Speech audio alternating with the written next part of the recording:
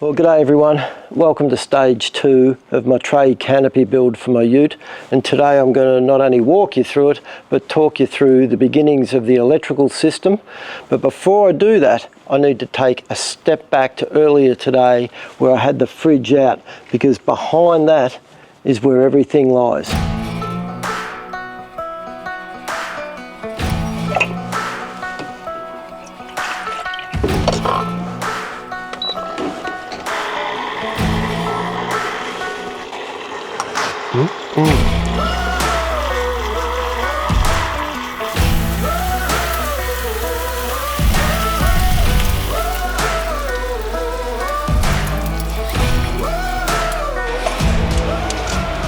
I think that's well and truly done. We've gone from 99% battery to 94, which is not too bad, seeing I've used the milk frother for my hot chocolate in the morning and cooked a feed of bacon and eggs. So this is what I've been doing, load testing the whole system before I put the fridge in, and I'm going to go into in depth now of how I've set this up. Well, sorry about being so in your face, but this is the only way I can really show you the brains and the fuel tank of this whole system. Obviously I've got the fridge out, and the boys at Highcat specifically designed these Hammersley canopies for the Bushman's 85 litre fridge. But I've gone with the Dometic new NRX 80, which actually fits in just about spot on. I've had to move it up about 5mm just to get the top screws in, but other than that, this has worked out extremely well. So moving right along, we're going to talk about the battery or the fuel tank of the system. And this was my biggest concern. I wanted the biggest possible capability of the battery, as in amp hours. I wanted 250 amp hours or more, and I didn't want it to be in the way. This unit here is a 310 amp hour ultra slim custom lithium, designed and manufactured in Brisbane, Queensland, with a 7-year warranty. This was a no-brainer for me. The quality that I've seen so far, and I have been load testing this over the last few weeks and just seeing what gets hot, how well it performs, how quick it recharges, and so far I've been really impressed. It was tight, and when I say tight, I could not even put the plastic covers or the ceramic covers over the positive and negative battery terminals, so I end up having to look and search for some rubber ones that did the job. And basically it was a matter of sliding it in, and it's got the job done. But yeah, there's about 10-15mm clearance behind the back of the fridge to the battery, and so far I've been really impressed. Well, there's no point in having a high capacity battery, as in amp hours, if it can't handle the charging and high discharging of the loads on this system. Running the inverter is one thing. Having the right size cabling to that inverter and knowing it can handle it without cooking itself is imperative. And in this case, I had to go for 95mm cable.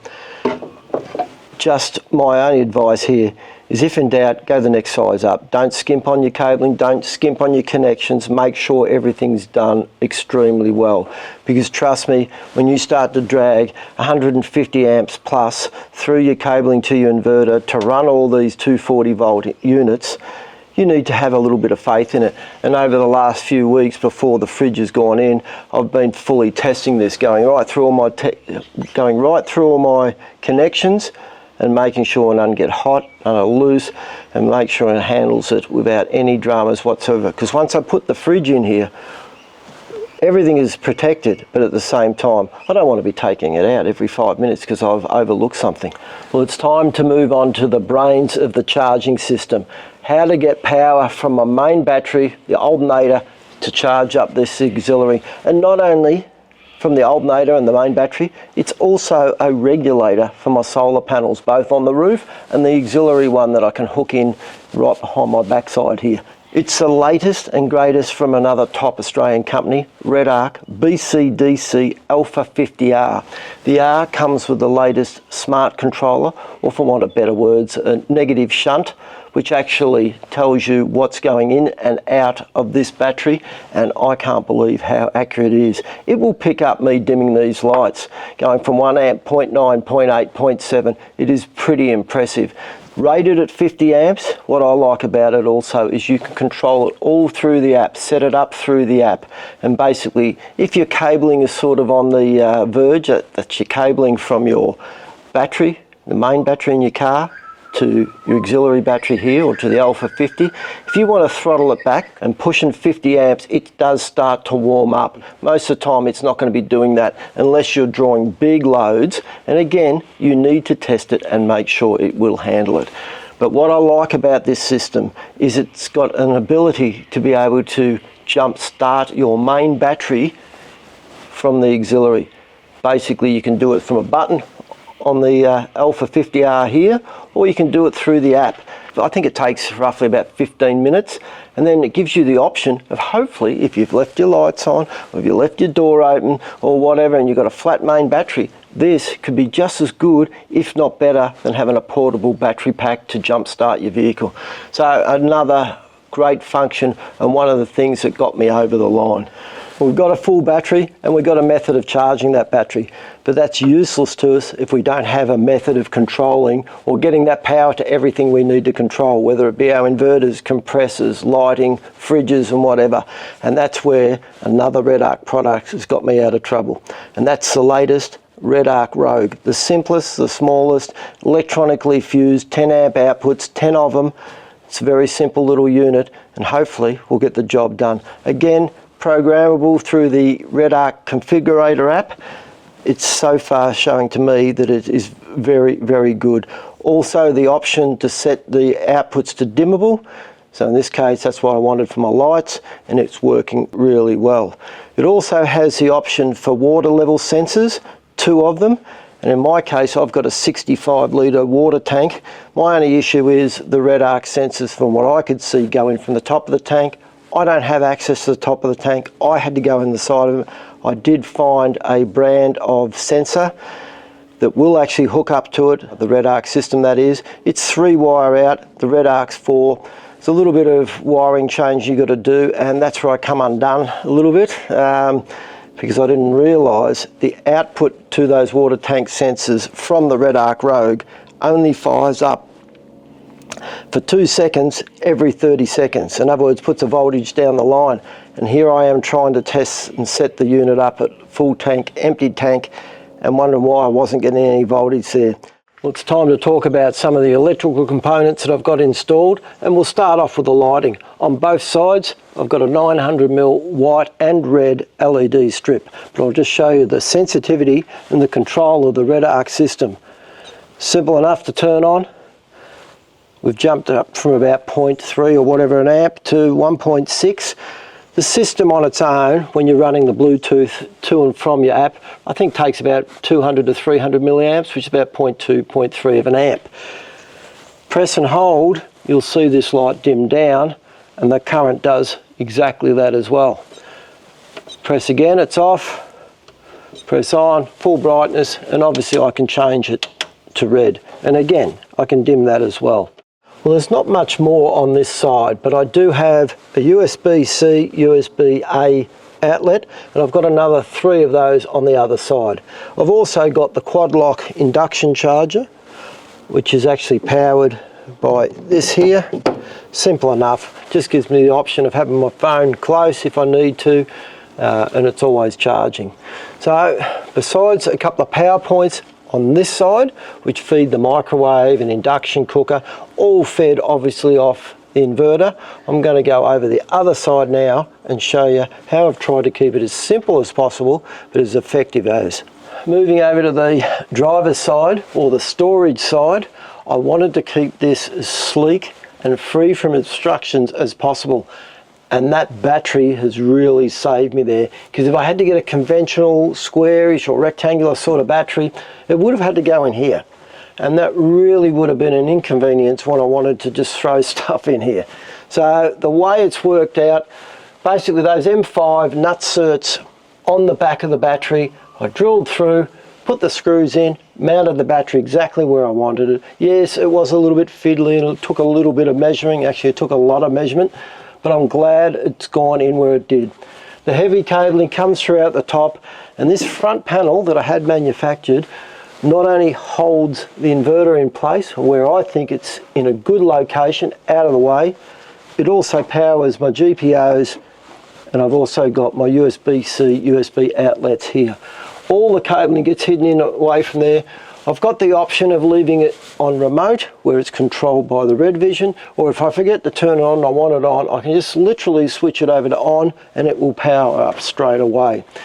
I've got 2 Anderson plugs there which are flush. They are what I class as my auxiliary outlets, and they're also hooked into one that is on the front of the rear passenger side guard, along with a solar input if I want to add additional solar panels when I'm away. So yeah, that is there primarily if I want to put in my Engel fridge, my 40 litre Engel fridge in here. When I'm travelling on longer or extended areas or more remote locations, I can run that purely as a freezer. Well, that's the plan. We'll see how that goes. The boys from Hi-Cat make this awesome sort of shelf here. Normally it's centered up, but I've slid it back to obviously fit in the inverter. And I'm hoping that this is going to keep pretty easy to maintain. But what I will ask of all of you, at the moment I've just chucked some core fluid in here because I really don't know what to put down on here. Something that's easy to clean, it sort of deadens everything, stops everything sliding around as much, but at the same time isn't too heavy, because a lot of those rubber mats and that, it's surprising how heavy it can become. So yeah, definitely open to some suggestions, and I would like a lighter colour, because being all black in here, unless you've got a bright day, it can be a little bit difficult to locate things when you first look. The only other thing that's over here is the same LED strip, and what I didn't mention is all the whale tails on the main doors are electric latches, and I'm glad I went that way, even though it's a fair bit more to the cost. But at this stage, it's just time now, excuse me, it is just time now to get away and test it out.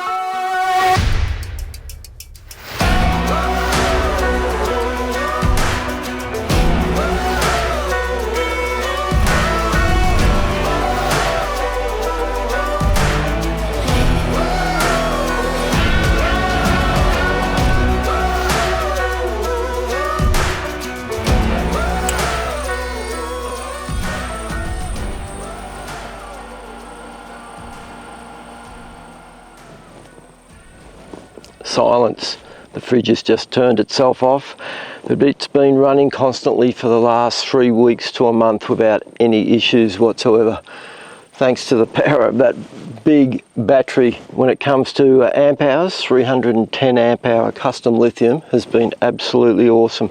But as I've probably already said, being able to fit it in between the divider and the back of the fridge at 89mm thick, it has been an absolute bonus not to have any cabling or anything in here except for my inverter where the wiring is up high.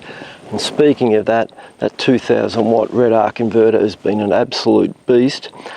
I've been running my induction cooker, which is 2100 watt, every day, and it has not missed a beat. I thought it might have been on the verge of not being powerful enough, but geez, I think it's drawing somewhere between 130 and 150 amps on the DC side, and no issues whatsoever.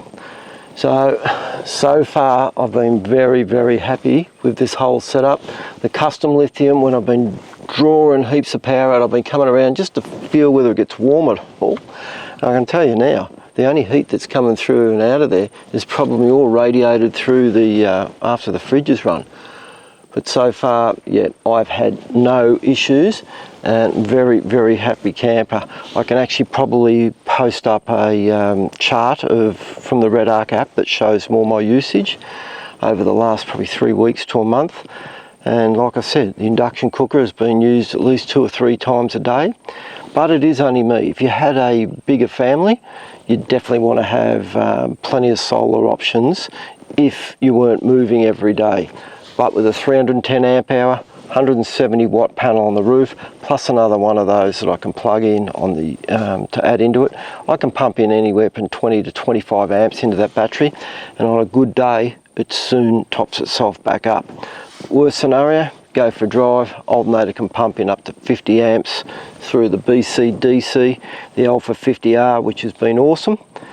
And realistically, I'm pretty happy with the installation. Certainly means I don't have to worry about running gas. I don't have to worry about shielding my gas on the cooker from the wind. Yeah, it's been absolutely awesome. So hopefully it'll continue to be like that. And now it's time to head out for a hunt as the sun just starts to break its way through. So yeah, thanks for watching, guys. If you enjoyed this, happy to answer any questions. It's only early stages, but you soon get an idea if you're going to have any issues, usually within the first couple of weeks. And in this stage, I'm pretty happy with the whole installation.